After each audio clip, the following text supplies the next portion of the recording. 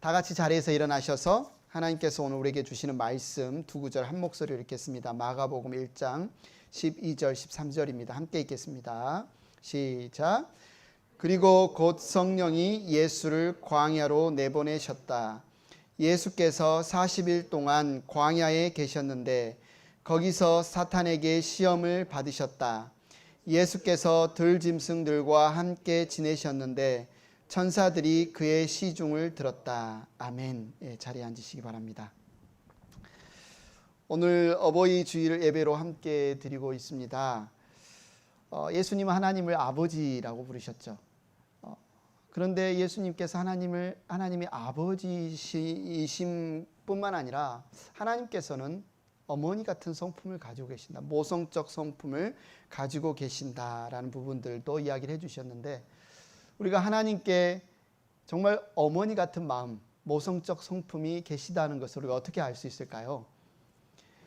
창세기 1장 27절에 보면 하나님이 인간을 어떻게 지으셨는지를 이렇게 말씀하고 있죠. 하나님이 당신의 형상대로 사람을 창조하셨으니 곧 하나님의 형상대로 사람을 창조하셨다. 하나님이 그들을 남자와 여자로 창조하셨다. 여기 나와 있죠. 남자로 우리가 지음받은 것, 여자로 지음받은 것은 누구의 형상대로 지음받은 거예요? 하나님의 형상대로. 곧 하나님의 형상 안에 우리가 갖고 있는 남자, 여자 이 모든 성품이 하나님으로부터 우리가 받은 것이다. 그래서 우리가 나이가 들어서 결혼해서 가정을 꾸려서 아버지가 되고 어머니가 되는 이 성품 역시 누구로부터 온 거예요? 우리가 하나님께로부터 왔다. 성경을 보면 그래서 하나님이 우리가 아버지라고 부르지만 하나님께는 정말 부성적 아버지와 같은 성품도 있으시고 어머니와 같은 성품도 있으시다는 것을 알고 있습니다. 그래서 천주교에서는 이것을 조금 왜곡을 해서 성모 마리아, 예수님의 어머니 마리아를 신격화해서 하나님의 성품을 그곳에 이렇게 신격화하는 그런 경향이 있고요. 심지어 어떤 이단에서는 야, 하나님이 왜 아버지 하나님만 있냐? 어머니 하나님도 있다. 그래서 자기의 교주를 어머니 하나님이라고 부르면서 이렇게 섬기기도 하죠. 이건 왜곡된 어떤 모습이라고 할 수 있는데요. 예수님께서 그런데 성경을 통해서 우리에게 하나님께는 어머니와 같은 마음이 있으시다라는 사실을 우리에게 보여주십니다. 누가복음 13장 33절을 보시면 예수님께서 이제 예루살렘으로 올라가시면서 이런 말씀을 하십니다. 그러나 오늘도 내일도 그 다음 날도 나는 내 길을 가야 하겠다. 예언자가 예루살렘이 아닌 다른 곳에서 죽을 수 없기 때문이다. 예수님께서 그분의 하나님의 백성들을 구원하시기 위해서 품으시기 위해서 예루살렘으로 올라가십니다. 그러면서 뭐라고 하시냐면 예언자 하나님이 보내신 메시아는 예루살렘에서 죽게 될 것이다 라고 말씀하시면서 34절에 이렇게 예루살렘을 보면서 이렇게 말씀하시죠. 에루살렘아 에루살렘아 예언자들을 죽이고 내게 파송된 사람들을 돌로 치는구나. 암탉이 제 새끼를 날개 아래로 품듯이 내가 몇 번이나 네 자녀를 모아 품으려 하였더냐. 그러나 너희는 그것을 원하지 않았다.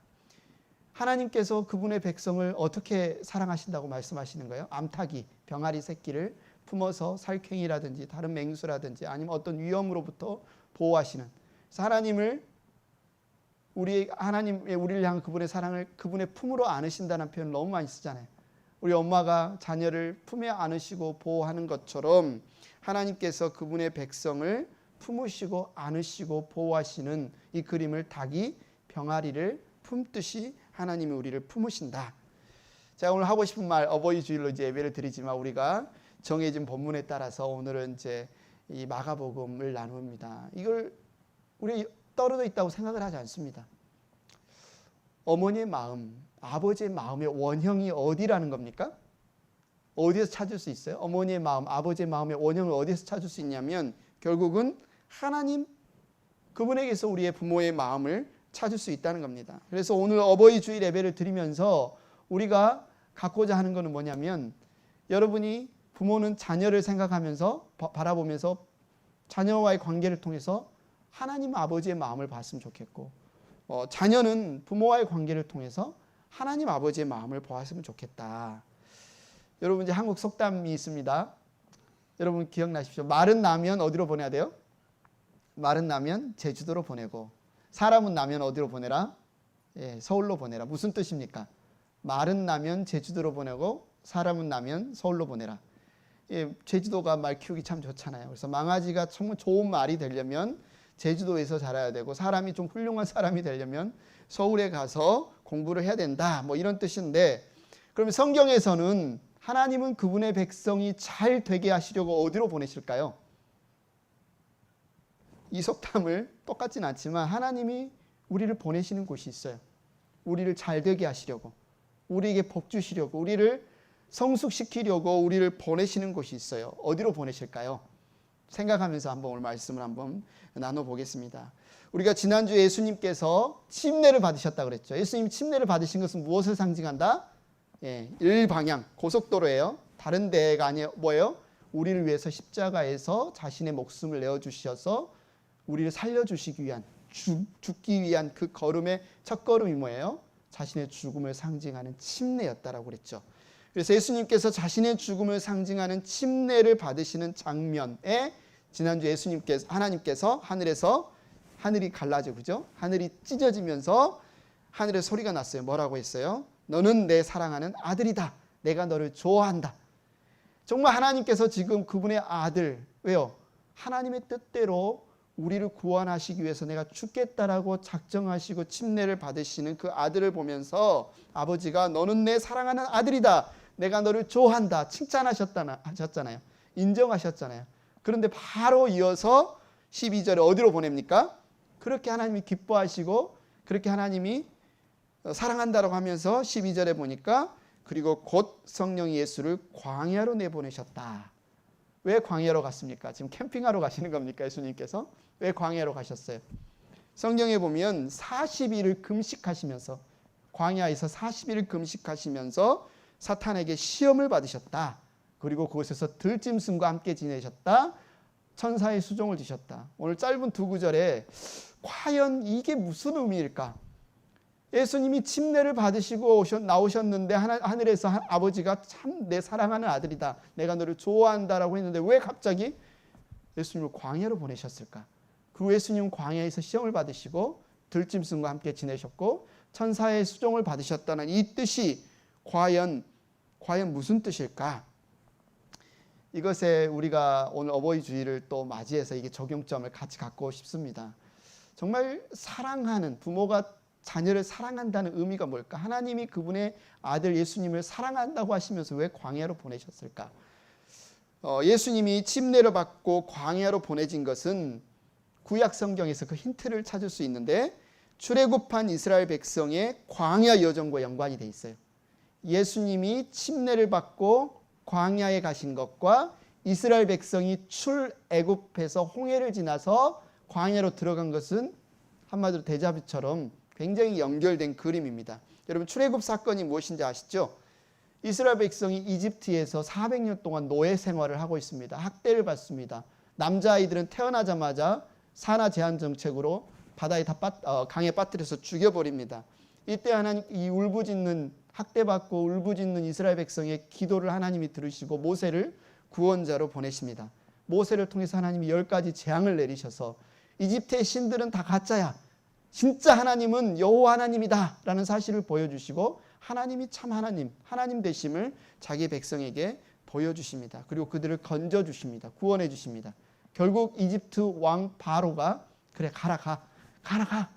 근데 이스라엘 백성이 이집트에서 나오면서 어디로 가요? 홍해를 지나서 갑니다. 홍해 바다를 지나서 가요. 이 사건을 고린도전서 10장 1절 4절에 보면 구약의 이스라엘 백성이 이집트에서 나와서 홍해를 건넌 사건을 스피리추얼, 영적인 의미로 해석을 하는데 사도 바울이 어떻게 해석을 해요? 같이 한번 읽어보겠습니다. 고린도서 10장 1절 형제 자매 여러분 나는 여러분이 이 사실을 알기를 바랍니다. 우리 조상들은 모두 구름의 보호 아래 있었고 바다 가운데를 지났습니다. 이렇게 그들은 모두 구름과 바다 속에서 침례를 받아 뭐라고 해요? 침례를 받아 모세에게 속하게 되었습니다. 이스라엘 백성이 홍해를 지난 것을 침례, 베프티즘으로 해석을 하고 있어요. 3절 그들은 모두 똑같은 신령한 음식을 먹고 모두 똑같은 신령한 물을 마셨습니다. 그들은 자기들과 동행하는 신령한 바위에서 물을 마신 것입니다. 그 바위는 그리스도였습니다. 이스라엘 백성이 이집트에서 나와 홍해 바다를 건넌 것은 우리가 침례를 받고 예수님과 함께 죽었습니다, 묻혔습니다, 다시 살아납니다를 고백하는 침례를 받은 사건이 이스라엘 백성이 홍해를 건넌 사건이다. 그런데 이스라엘 백성이 홍해를 지난 다음에 바로 어디로 갑니까? 광야로 들어가죠. 그죠? 가나안 땅으로 곧바로 들어가는 것이 아니라 광야로 나갑니다. 당시의 광야는 어떤 땅이에요? 사막이죠. 그곳은 정말 척박한 땅입니다. 물도 없고 먹을 것도 없고 그곳에 가면 사람이 살 수 없는 곳, 그 광야로 이스라엘 백성이 가요. 그 광야에 도착한 이스라엘 백성들, 물이 없지요, 식량이 없죠. 심지어 그곳은 위험합니다. 독사, 정갈, 독이 있는 정갈, 수많은 위험 요소가 있는 그곳으로 자기들이 가자마자 이들이 뭘 겪어요? 물이 없어요. 마실 물이 없어요. 출애굽기 15장 22절 24절에 보니까 이래요. 모세는 이스라엘을 홍해에서 인도하여 내어 수룹 광야로 들어갔다. 광야로 들어갔어요. 그들은 사흘 동안 걸어서 광야로 들어갔으나 물을 찾지 못하였다. 여러분, 사흘 동안 먹을 물을 못 찾아서 물을 마시지 못했다고 여러분 생각해 보세요. 마침내 그들이 마라라는 곳에 이르렀는데 그곳에 물이 있었어요. 마라라는 곳에. 그곳에 물이 있긴 있었는데 써서 마실 수 없었으므로 그곳의 이름을 마라라고 하였다. 이스라엘 백성은 모세에게 우리가 무엇을 마신단 말입니까? 하고 불평하였다. 너무나 불평할 만하지 않아요? 너무너무 덥고 너무너무 힘든 곳에 사흘을 했는데 마실 물이 없어서 우리가 무엇을 마셔야 됩니까? 라고 불평을 했어요.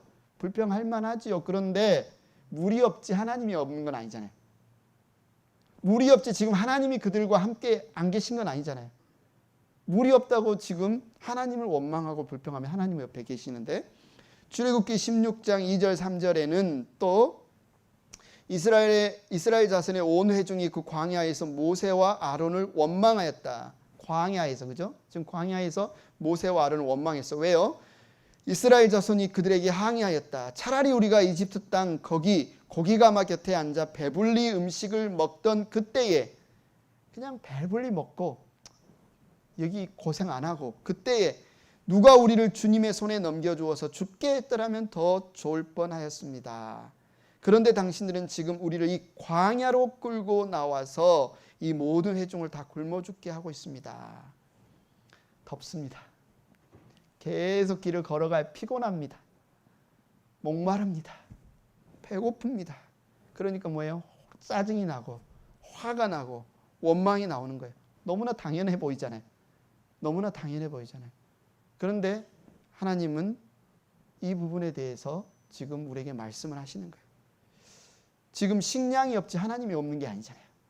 지금 물이 없지 하나님이 없는 게 아니잖아요. 식량이 없지 하나님이 없는 게 아니잖아요. 그들은 물과 식량이 없다고 하나님도 안 계신 것처럼 지금 이들이 짜증을 내고 화를 내고 원망을 하고 있습니다. 이들은 물과 식량으로 살지 하나님으로 사는 사람이 지금 아닌 거예요. 그런데 이스라엘 백성들이 이집트 땅에서 나와 가나안 땅으로 곧바로 가지 않고 왜 광야로 들어갔을까? 길이 꼭 광야를 지나서만 그들이 앞으로 정착할 젖과 꿀이 흐르는 약속의 땅으로 갈 수 있었을까요? 아니요. 성경을 보면 출애굽기 13장 17절 18절을 보면 길이 있습니다. 이들이 광야를 통과하지 않고서도 그들이 곧바로 더 빠른 길로 가나안 땅으로 갈 수 있는 길이 있어요. 17절을 봅니다. 바로는 마침내 이스라엘 백성을 내보냈다. 그러나 그들이 블레셋 사람의 땅을 거쳐서 가는 것이 가장 가까운 데도 지름길이 있습니다. 해안길. 블레셋 사람의 땅을 거쳐서 가면 금방 가요. 가나안 땅에. 가까운데도 하나님은 백성을 그 길로 인도하지 않으셨다. 그것은 하나님이 이 백성이 전쟁을 하게 되면 마음을 바꾸어서 이집트로 되돌아가지는 않을까 하고 염려하셨기 때문이다. 그래서 하나님은 이 백성을 홍해로 가는 광야길로 돌아가게 하셨다. 이스라엘 자손은 대열을 지어 이집트 땅에서 올라왔다.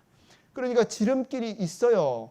그런데 그 지름길로 가지 않고 광야로 가는 것은 이스라엘 백성이 뭔가 잘못을 해서 야 너희들 그렇게 믿음 없어? 그렇게 불순종해? 한번 혼나봐라. 이 광야에서 덥고 힘들고 목마르고 배고파 봐라 하는 어떤 징계와 심판의 이유로 이들을 광야로 이끄신 게 절대로 아니다는 거예요. 우리가 인생을 살면서 신앙생활하면서 뭔가 문제가 생기고 어려움이 생기면 내가 뭐 잘못했나? 하나님 지금 나를 혼내시나? 하나님 지금 나를 심판하시나? 이 힘든 길로 나를 지금 내 인생을 걷게 하시나?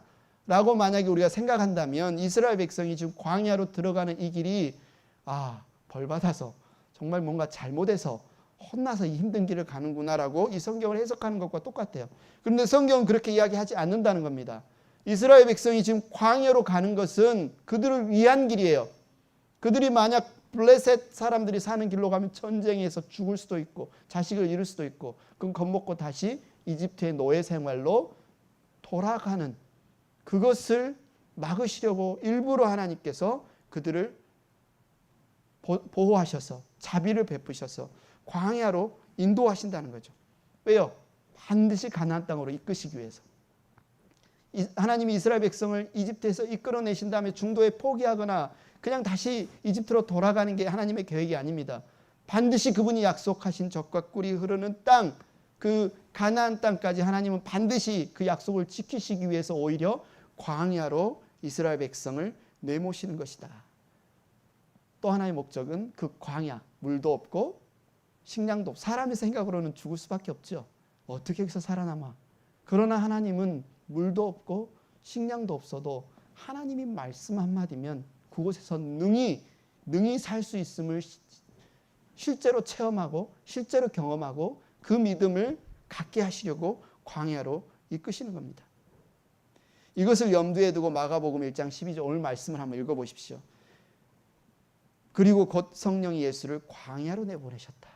왜 하나님은 내 사랑하는 아들이다, 내가 너를 좋아한다라고 하면서 갑자기 물도 없고 식량도 없는 광야로 그 아들을 내보내시고 심지어 그곳에서 악마가 사탄 예수님을 찾아와서 막 시험하게 하는 그 일을 겪게 하셨을까? 왜 하셨을까? 이것이 구약의 출애굽한 이스라엘 백성이 홍해, 침례를 상징하는 홍해를 지나서 광야로 들어간 사건과 밀접하게 연결이 있다는 겁니다. 예수님이 걸어서 광야로 가셨다고 하지 않아요. 나 광야 갈게. 성령이 예수를 광야로 내보내셨다. 개역개정 성경에 보면 몰아내신지라 막 떠밀었어요. 막 끌고 갔어요. 굉장히 과격한 단어예요. 이 헬라어 원어를 보면 막 막 이렇게 강제로 밀어붙여서 광야로 가도록 하셨다는 거예요. 누가요? 성령이, 하나님이. 이것은 우리가 인생을 살아가면서 겪는 이 광야 같은 삶이 하나님이 우리에게 허락하신 광야 학교라는 겁니다. 신앙 좋은 사람은 광야 안 들어가야 되고 신앙 안 좋은 뭔가 문제 있는 문제아들만 모아서 광야에 집어넣어서 훈련시키는 게 아니란 말이에요. 만약에 내가 예수님을 믿고 침례를 받고 신앙생활을 시작하면 처음으로 입소하는 것이 어디다? 다 광야 학교라는 거예요. 예수님이 나를 따르라고 그랬잖아요. 예수님을 따라가는 것이 신앙이라고 그랬는데 예수님이 지금 어디로 들어가시는 거예요? 그것도 하나님 아버지께서 예수님 어디로 보내시는 거예요? 광야로 보내시는 거예요. 예수님이 지금 광야에서 그분의 백성들을 이끌고 광야로 들어가시는 겁니다. 그 예수님이 광야에서 무슨 일이 있었냐? 40일간 금식하셨다. 이 40이라는 숫자가 굉장히 연결이 돼요. 이스라엘 백성이 40년간 그죠? 광야에서 방황했죠. 훈련을 받았죠. 예수님이 40일간 구약의 이스라엘 백성과 신약 백성의 우리의 믿음의 대표인 예수님이 다 이렇게 지금 대조를 돼서 보여주고 있습니다. 예수님은 그곳에서 40일간 금식하시면서 사탄에게 시험을 받으셨습니다. 이스라엘 백성이 홍해를 건너서 광야에 들어간 것도 하나님의 뜻이었고 신약의 예수님께서 침례를 받으시고 광야에 들어간 것도 하나님의 뜻이다. 하나님의 뜻이다는 겁니다.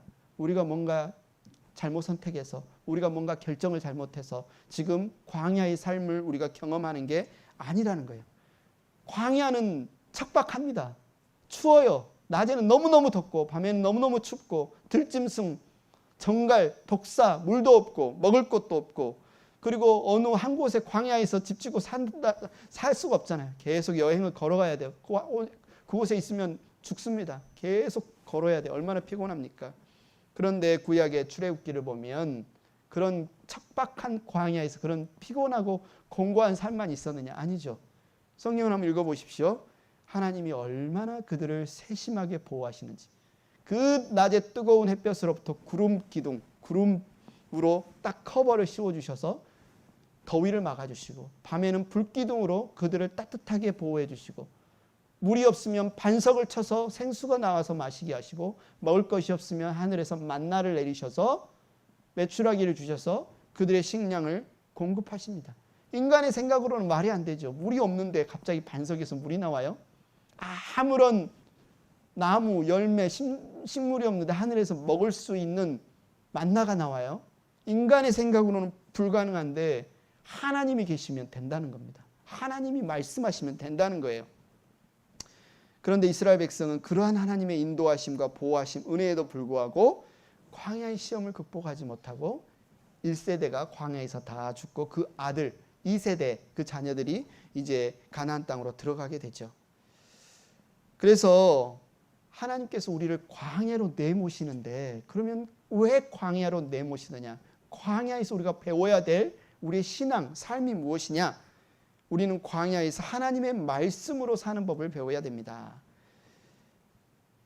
이스라엘 백성이 이제 광야 40년을 마치고 이제 가나안 땅에 들어가기 전에 모세가 과거 40년간의 이 광야 여정을 되돌아보면서 이렇게 말씀을 정리를 해요. 신명기 8장 1절 3절에 보면, 당신들은 오늘 내가 당신들에게 명하는 모든 명령을 잘 지키십시오. 그러면 당신들이 살아서 번성할 것이며 주님께서 당신들 조상에게 약속하신 땅에 들어가서 그 땅을 차지할 것입니다. 당신들이 광야를 지나온 40년 동안 주 당신들의 하나님이 당신들을 어떻게 인도하셨는가? 뭐 캠핑 전문가나 여행 전문가들이 광야를 안전하게 여행하는 법, 물을 뭐 선인장을 잘라서 물을 어떻게 습득하고, 뭐 독충으로부터 어떻게 자신을 보호하고, 더위와 추위로부터 어떻게 보호, 이것을 잘 알아서 이 노하우로 이스라엘 백성이 광야를 40년 잘 건넜다는 게 아니에요. 뭐라고 이야기해요?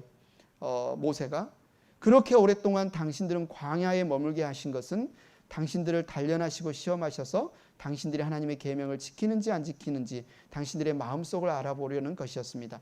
주님께서 당신들을 낮추시고 굶기시다가 당신들도 알지 못하고 당신들의 조상도 알지 못하는 만나를 먹이셨는데, 이것은 사람이 먹는 것으로만 사는 것이 아니라 주님의 입에서 나오는 모든 말씀으로 산다는 것을 당신들에게 알려주시려는 것입니다.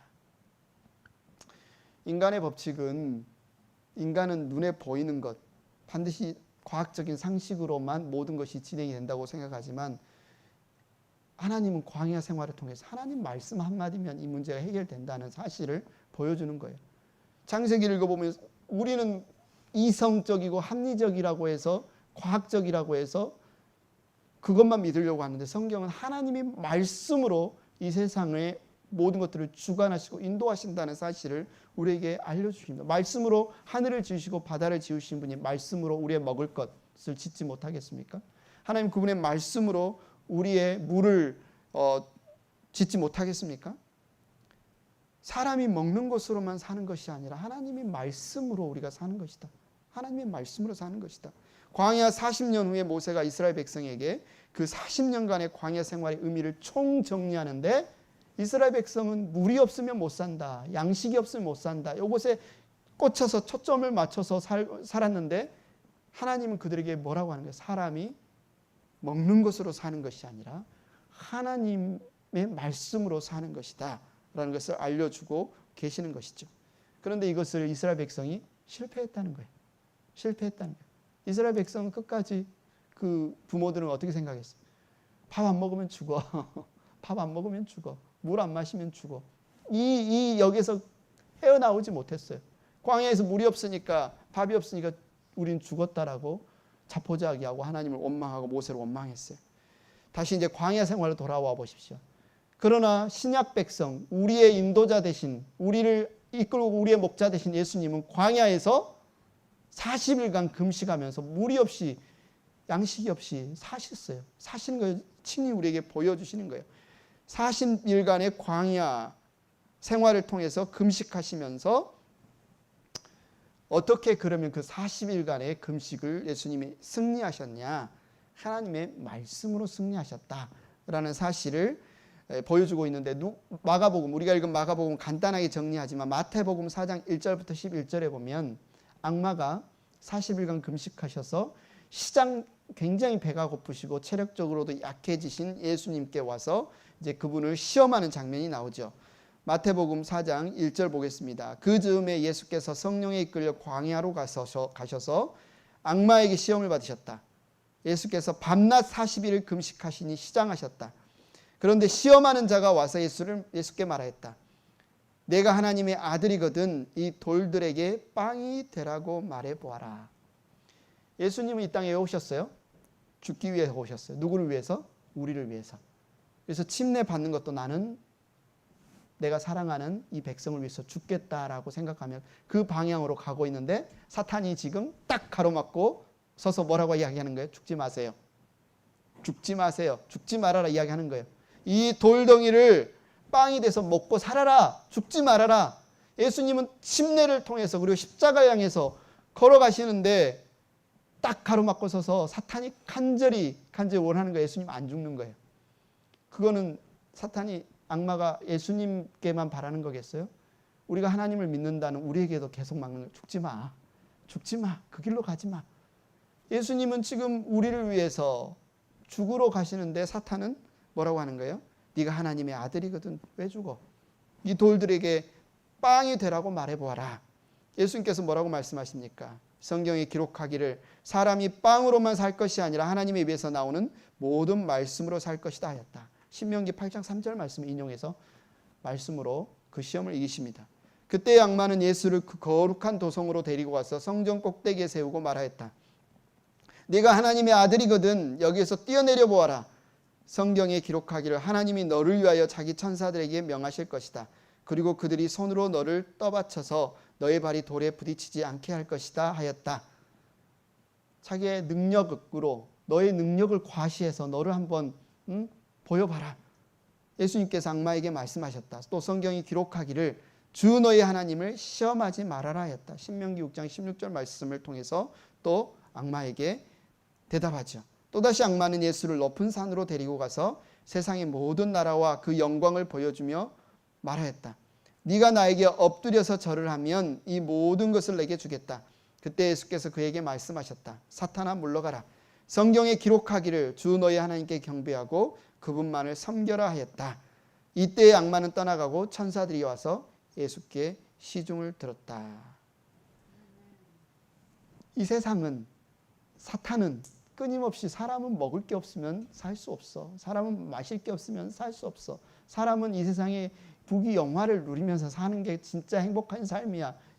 그 삶을 위해 사는 거지. 누릴 수 있을 때 누려라고 계속 죽지 말고 다른 사람 위에 서서 군림하면서 권세를 행사하면서 살라고 하시는데, 예수님은 하나님의 말씀을 통해서 하나님이 우리에게 주시는 삶의 방식은 그게 아니다라는 것을 증명을 하고 있죠. 하나님의 백성은 하나님의 말씀으로, 하나님의 말씀의 통치를 받고 그분의 삶의 방식대로 사는 것이 하나님 나라의 삶이다. 하나님 나라 백성의 삶이다. 라는 것을 말씀을 통해서 보여주십니다. 그래서 악마가 이제 떠나가죠.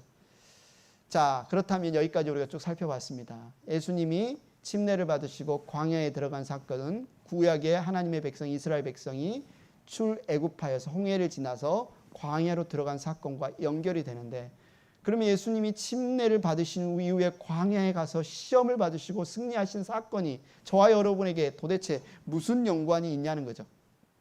예수님이 광야로 들어가셔서 40일간 금식하시고 악마의 시험을 받으시고 이기신 사건이 저와 여러분과 무슨 상관이 있느냐는 겁니다.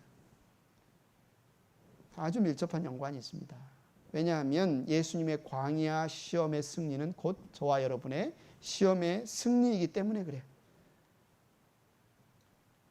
좀 전에 봤죠. 이스라엘 백성이 홍해를 건너서 누구에게 속하였다고 그랬습니까? 이스라엘 백성이 홍해를 건너서 모세에게 속하였다라는 표현이 고린도전서에 있습니다.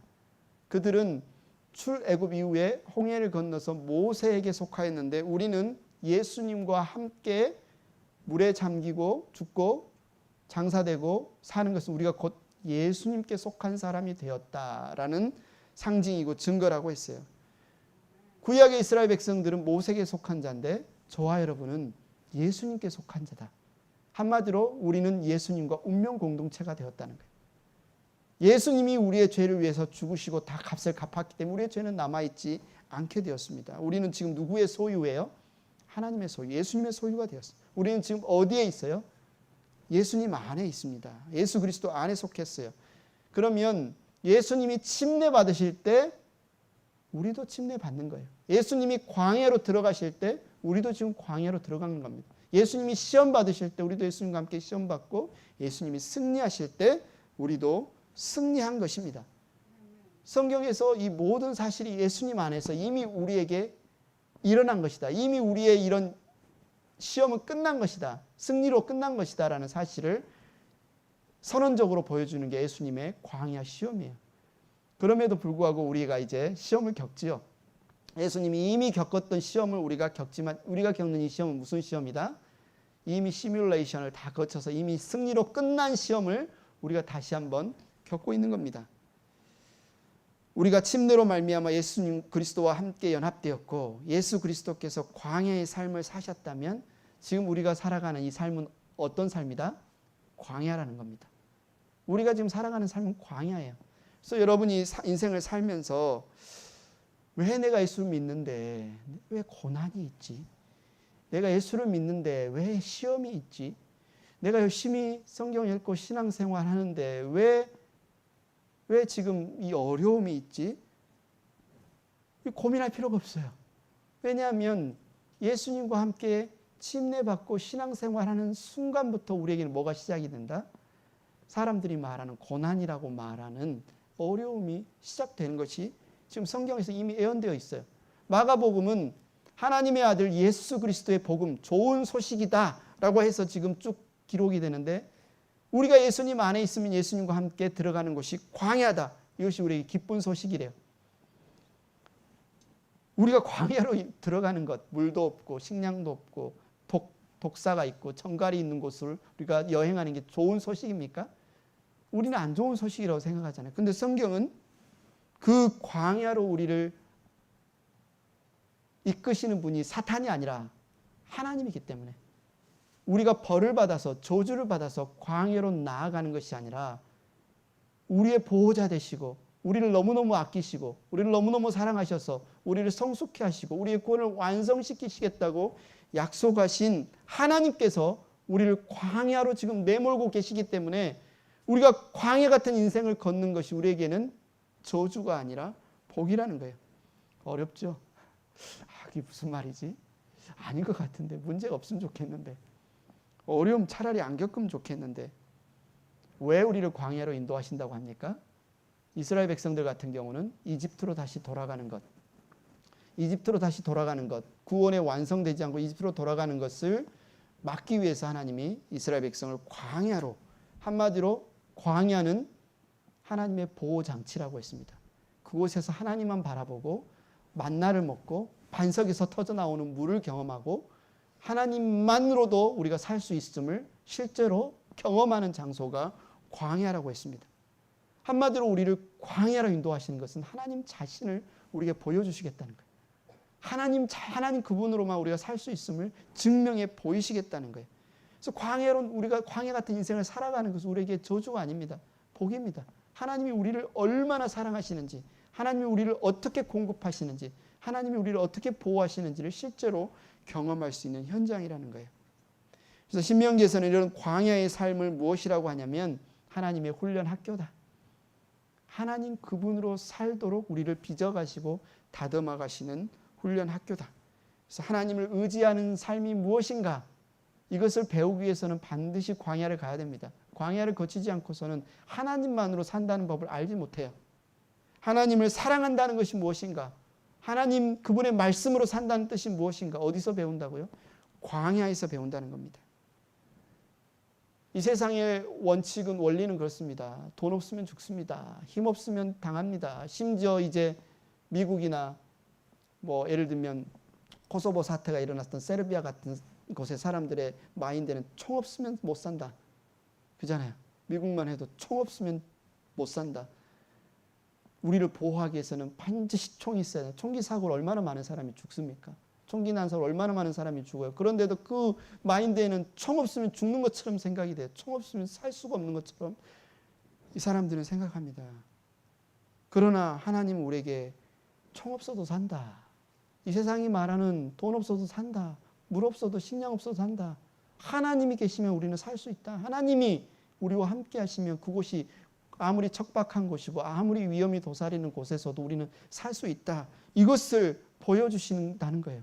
이것을 하나님이 증명해 주시겠다는 겁니다. 저와 여러분의 삶은 광야 같은 삶이에요. 광야에서의 삶이에요.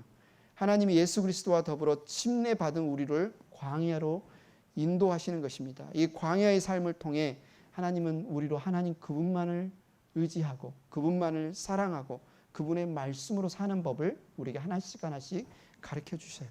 어린아이가 기는 법, 걷는 법 우리 부모가 얼마나 가르칩니까? 자 일어나봐. 잘못 그다음에 이제 어느 정도 되면 이쪽에서 엄마가 들어서 저기 아빠한테 가봐.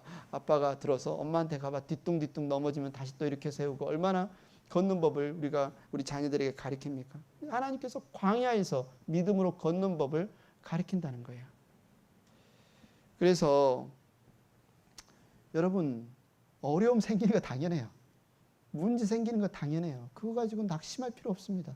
두려워할 필요 없습니다. 오히려 하나님께서 이 일을 통해서 지금 뭘 가르쳐 주시려고 하는 거지? 하나님이 이 일을 통해서 나의 믿음을 어떻게 연단시키시는 거지? 하나님이 이 고난과 어려움을 통해서 나에게 어떻게 자유와 평안을 누리게 하시려는 거지? 여러분 고난은요. 우리가 만나게 되는 고난은 절대로 우리를 넘어뜨리지 못합니다. 우리를 낙심시키지 못합니다. 하나님이 없다면 이 고난은 우리에게 너무너무 두렵겠죠. 우리에게 너무너무 절망적이겠죠. 그러나 하나님이 함께 하시는 사람에게 고난은요. 고난이 아닙니다. 그냥 훈련 교재예요. 그냥 연습 대상이에요. 전혀 우리를 넘어뜨리지도 못하고 낙심시키지도 못해요. 오히려 하나님을 붙드는 순간 그 고난은 더 이상 고난이 아닙니다. 더 이상 그 문제는 문제가 아니에요. 삶이 편안한 사람은요. 하나님을 잘 찾지 않죠. 우리가 지금 사무엘 하 다윗의 이야기를 쭉 성경 묵상하고 있습니다. 다윗이 그를 죽이려고 끈질기게 그를 쫓아다니는 사울 왕이 있을 때는 얼마나 신실합니까? 그 인생이 고달파요. 이리 가면 이리 쫓아오고 저리 가면 저리 쫓아오고 심지어 다윗이 살고 싶어서 남의 나라에 가서 막 미친 채 하면서 침 흘리고 그러면서 겨우겨우 목숨을 유지하는 그때에는 하나님을 간절히 의지했어요. 그러나 다윗이 사울왕이 죽고 자신이 왕위에 오르자 어떻게 됩니까? 남의 와이프 빼앗기 위해서 자기의 사랑하는 부하를 전쟁터에서 죽게 만들고 도저히 다윗 같지 않은 그런 일들을 행해요. 등 따숩고 배 부르니까 죄 지을 생각만 하는 거예요. 하나님을 찾지 않았어요. 그러나 그가 다시 고난을 당하자 하나님께 무릎 꿇습니다. 고난이 다윗에게 유익해요. 만약에 고난이 없었다면 그는 자신의 권력에 취해서 하나님을 떠나서 멸망구덩텅이로 가버렸을 겁니다. 그러나 오히려 이 고난이 어려움이 다윗으로 무릎 꿇게 하고 우리가 찬양도 했죠. 눈물이란 회복시키셔서 눈물을 달라고 우리가 찬양을 했는데 하나님이 그 눈물을 무엇을 통해서 주시느냐? 고난과 어려움을 통해서 주시는데 고난과 어려움은 우리를 넘어뜨리기 위한 게 아니라 우리를 살리기 위한 것이라는 거예요. 여러분의 신앙을 한번 돌아보십시오. 여러분 언제 간절히 부르짖었습니까? 여러분 언제 간절히 하나님을 찾았습니까? 여러분 언제 하나님 간절히 애타게 하나님을 찾으셨습니까? 눈물을 흘리면서 간절히 하나님을 찾을 때가 언제였습니까? 인간이 참 그래요. 힘들 때 아닙니까? 어려웠을 때 아닙니까? 그 광야 같은 시간에 우리가 하나님을 찾았고 하나님을 만났고 하나님을 경험해요. 그런데 그 광야가 우리를 완전히 넘어뜨렸어요. 우리를 완전히 망하게 했어요. 완전히 우리를 잡아뜨렸어요. 아니요. 절대로 광야는 우리를 넘어뜨리는 곳이 아니라 우리를 망하게 하는 곳이 아니라 우리를 살리게 하는 곳이다. 고린도전서 10장 1절부터 쭉 보면 이스라엘 백성이 광야에서 어떤 시험을 당했고 어떻게 실패했는지 쭉 기록하면서 13절에 이렇게 사도 바울이 이야기합니다. 같이 한번 읽어보겠습니다. 13절 시작. 여러분은 사람이 흔히 겪는 시련 밖에 다른 시련을 당한 적이 없습니다. 하나님은 신실하십니다. 여러분이 감당할 수 있는 능력 이상으로 시련을 겪는 것을 하나님은 허락하지 않으십니다. 하나님께서는 시련과 함께 그것을 벗어날 길도 마련해 주셔서 여러분이 그 시련을 견뎌낼 수 있게 해 주십니다. 우리 눈앞에 막 죽을 것 같고 목말라 죽을 것 같고 배고파 죽을 것 같은 하나님 죽는 자리로 안 인도하셨다고요. 그냥 하나님 의지하고 하나님 그냥 땅만 바라보고 있는 사람들에게 하나님 하늘 바라보면서 하나님 주세요. 물 주세요. 하나님 먹을 거 주세요. 하나님이 주실 수 있는 분인 거 맞아요. 알아요. 하나님 나를 지키시고 보호하시고 나를 여기까지 인도하신 분인 거 맞아요. 알아요. 이 고백 나오는 그 정도 수준까지 이 시련을 이 고난을 허락하신다고요. 감당할 수 있는 시련밖에는 허락하지 않으신다고요. 근데 이스라엘 백성들은 어떻게 생각을 했어요? 우리가 다 죽는구나. 우리가 목말라 죽는구나. 차라리 이집트의 노예 생활이 나았다. 매맞고 핍박받고 우리의 아들들 다 물에 빠져 죽었어도 그래도 우리 그곳에서는 그래도 이 정도는 아니었다. 착각해요. 마치 다 죽은 것처럼 광야에서 시험 당하면 이 고난 당하면 이 광야에서 다 망할 것처럼 그렇게 그들은 바라봤지만 하나님은 아니었다고요. 완전히 엎드러질 정도의 시험을 허락하신 것이 아니라 피할 길도 허락하신. 그래서 하나님을 신뢰하지 못하던 그 부모들은 죽었지만 그 자녀들은 능히 이겨내고 가나안 땅, 젖과 꿀이 흐르는 가나안 땅으로 들어가지 않습니까? 우리에게도 똑같이 하나님 말씀하시는 거예요. 죽을 것 같아요? 아니요. 하나님이 있으면 이 문제는 문제가 아닙니다. 끝난 것 같습니까? 망할 것 같습니까? 절망적입니까? 아니라는 거예요. 아니라는 거예요. 여러분의 지금 고난이 무엇입니까? 경제적인 어려움입니까?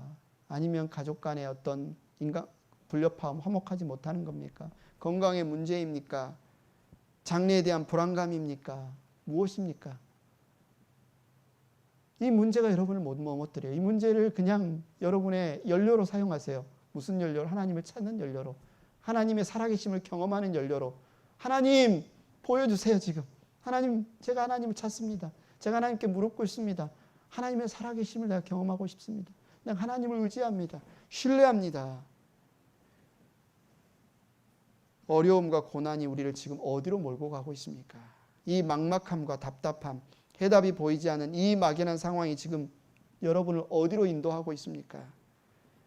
하나님 앞에 무릎 꿇는 방향으로 나가기를 원합니다. 하나님을 부르짖고 하나님을 찾는 자리로 여러분을 나가게 하기를 바랍니다. 하나님 한 분만이 내 인생의 주인이구나. 하나님이 말씀하시면 되는구나. 하나님이 명령하시면 되는구나. 이 세상 모든 사람이 나를 다 버리고 내가 완전히 꼬꾸라져 망한 것 같아도 하나님의 강권하시는 사랑이 나를 붙들고 있으면 되는구나. 하나님이 나를 망하게 하시지 않는구나. 사람이 빵으로 사는 것이 아니구나. 사람이 밥으로 사는 것이 아니구나. 하나님의 입에서 나오는 말씀으로 사는 것이구나. 고난은 이 사실을 알게 합니다. 이 사실을 진실로 고백하게 합니다. 광야의 학교에 들어가지 않고서는 이 고백을 못해요. 마가는 광야에 거하시는 예수님을 묘사하는데 재미있는 표현을 하죠. 예수께서 들짐승들과 함께 지내셨는데, 들짐승 하니까 무슨 토끼 무슨 다람쥐 아니요. 여기서 말하는 들짐승 맹수를 말합니다. 여러분 하이에나 사자 퓨마 만나면 어떻게 돼요? 죽지요. 물어뜯겨 죽지요. 그런데 예수님 그 들에서 만나는 맹수들은 사람을 해치는 존재잖아요. 사람을 물어뜯고 죽이는 존재잖아요. 파괴하는 존재잖아요. 그런데 여기에서 예수님이 들짐승과 함께 지내셨다. 여러 가지 의미로 해석할 수 있지만 그 중에 하나가 우리 곁에 고난이 있어요. 우리 곁에 어려움이 있어요. 마침 우리 엄몰에서 나를 막 둘러싸서 익사시킬 것 같은 그런 어려움이 내게 있는데 그 어려움이 전혀 우리를 넘어뜨리지 못. 예수님 곁에 있었으나 예수님을 전혀 해치지 못한 것처럼 오히려 천사가 그 곁에서 예수님을 시중 들더라. 어려움이 있더라도 그 어려움이 우리를 넘어뜨리지 못한다는 겁니다. 예수님과 함께 할 때. 세상 사람들도 고생에 어떤 역경에 의미를 부여합니다. 눈물 젖은 빵을 먹어보지 않는 사람은 인생을 논하지 말라라고 말이 있잖아요. 한국 남자가 군대는 갔다 와야 사람 되지, 철들지. 야, 네 고생하더니 철 좀 들었다. 뭐 이런 말을 하잖아요. 사람에게 있어서 고생을 모른다는 것은 어쩌면 유익하지 않습니다. 만약에 부모님이 여러분에게 어떤 회초리를 드셨거나 아니면 어떤 역경의 순간에로 인도하셨다면 여러분 감사하셔야 돼요. 맘마보이 파파걸로 여러분을 안 기르신 거 감사하셔야 됩니다. 우리의 신앙의 초점이 무엇입니까? 어떻게 해서든지 빨리 광야를 지나가는 것이에요?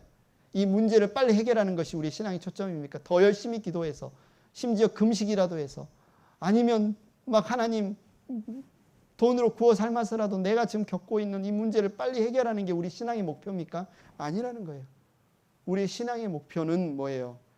하나님 그분을 의지하는 자리로 나아가는, 하나님 말씀으로 사는 것이구나 라는 사실을 아는 자리로 나아가는 것이 우리 신앙의 목표지, 광야를 빨리 나가는 것이 아니라는 겁니다.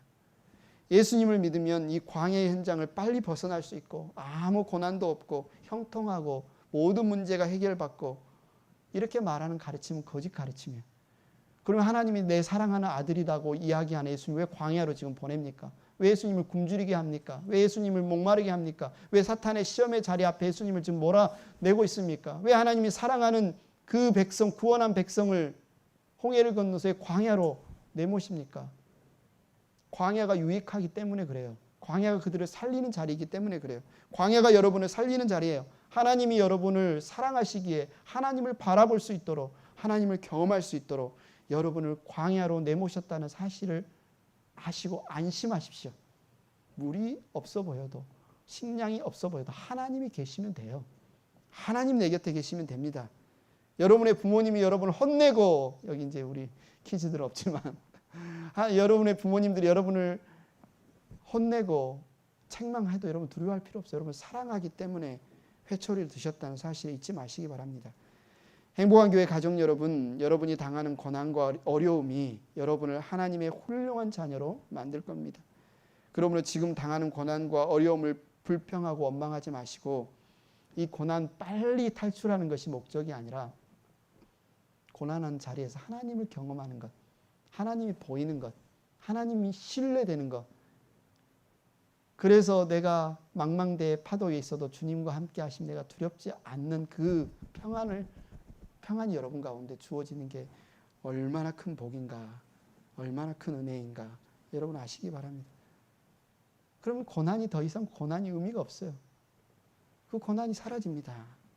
하나님 우리를 단련시키셔서 복 주시기 위해서 여러분을 광야 학교로 이끄시는 것 여러분 신뢰하시면서 가장 중요한 것은 여러분의 시선이 지금 어디를 향하고 있는가입니다. 찬양팀 앞으로 나오셔서 하나님이 누구시냐? 하나님은 너를 지키시는 자다. 하나님 지금 어디에 계시냐? 나는 지금 물이 어디 있는지 식량이 어디 있는지 볼 것이 아니라 내 우편에 계시는 나와 함께 계시는 우리 하나님 그분을 바라봐야 합니다. 이 시간 이 찬양 들으시면서 오늘 말씀 생각하시면서 이 찬양 함께 하나님께 드리시겠습니다.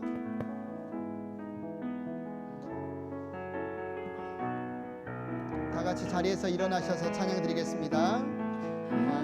하나님은 너를 지키시는 자 너의 우편에 그늘 되시니 낮에 해와 밤에 달도 너를 해치 못하리. 하나님은 너를 지키시는 자 하나님은 너를 지키시는 자 너의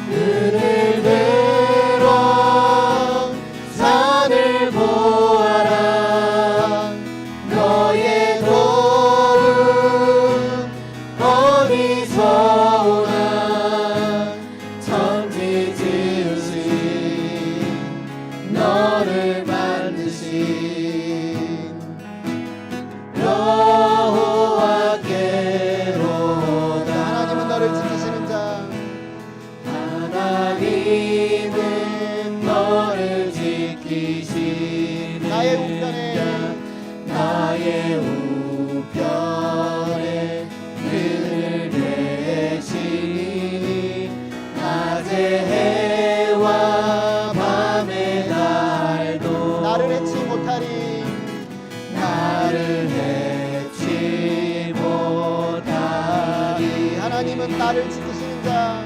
하나님은 나를 지키시니 나의 환난을 면케하시며 나의 환난을 면케하시니 그가 나를 지키시니 나의 주님을 지키시리라.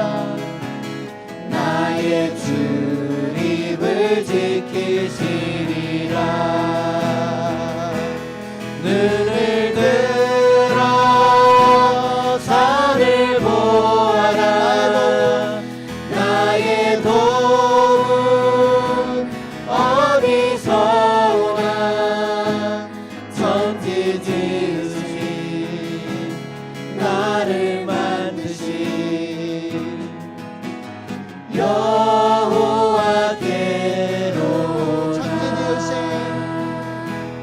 천지 지으신 너를 만드신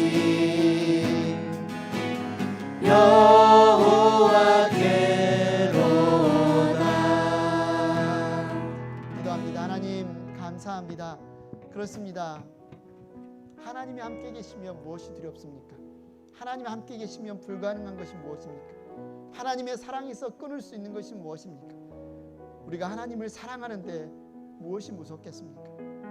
광야 학교에서 우리로 하나님의 사랑을 알게 하시고 하나님의 말씀으로 사는 법을 배우게 하시는 하나님의 자비롭시고 은혜로우신 그 현장, 그 자리를 우리가 기뻐하게 하여 주시옵소서. 우리의 눈이 이 세상의 길, 이 세상의 것에 매여 두려워하며 걱정하며 염려하며 살지 않게 하여 주시옵소서. 이 시간 이 예물과 함께 우리와 함께 하시고 동행하시는 하나님과 함께 걷기를 결단하며 고백하는 우리 헌신을 올려드립니다. 주님 받아주시옵소서. 우리의 가정에서 우리의 눈이 주님을 바라보기를 원합니다. 우리의 삶의 자리에서, 일터에서, 교회에서 우리의 귀가 하나님의 말씀에 활짝 열려 있기를 원합니다. 우리의 통치자로 오신 주님, 우리의 왕으로 오시는 주님, 주님의 말씀으로 우리의 삶의 자리에서 승리하게 하여 주시옵소서. 이미 승리하신 주님의 승리가 우리의 승리가 되게 하여 주시옵소서. 감사합니다. 예수님의 이름으로 기도드렸습니다. 아멘. 예수 그리스도의 은혜와 하나님 아버지의 사랑과 성령님의 감동, 감화와 교통하심이 광야로 이끄시는 하나님의 사랑을 깨닫고 하나님의 말씀으로 광야에서 승리하기를 원하는 행복한 교회 모든 가족들과 머리 숙여 기도하는 모든 이들 위해 함께하기를 축원하옵나이다. 아멘.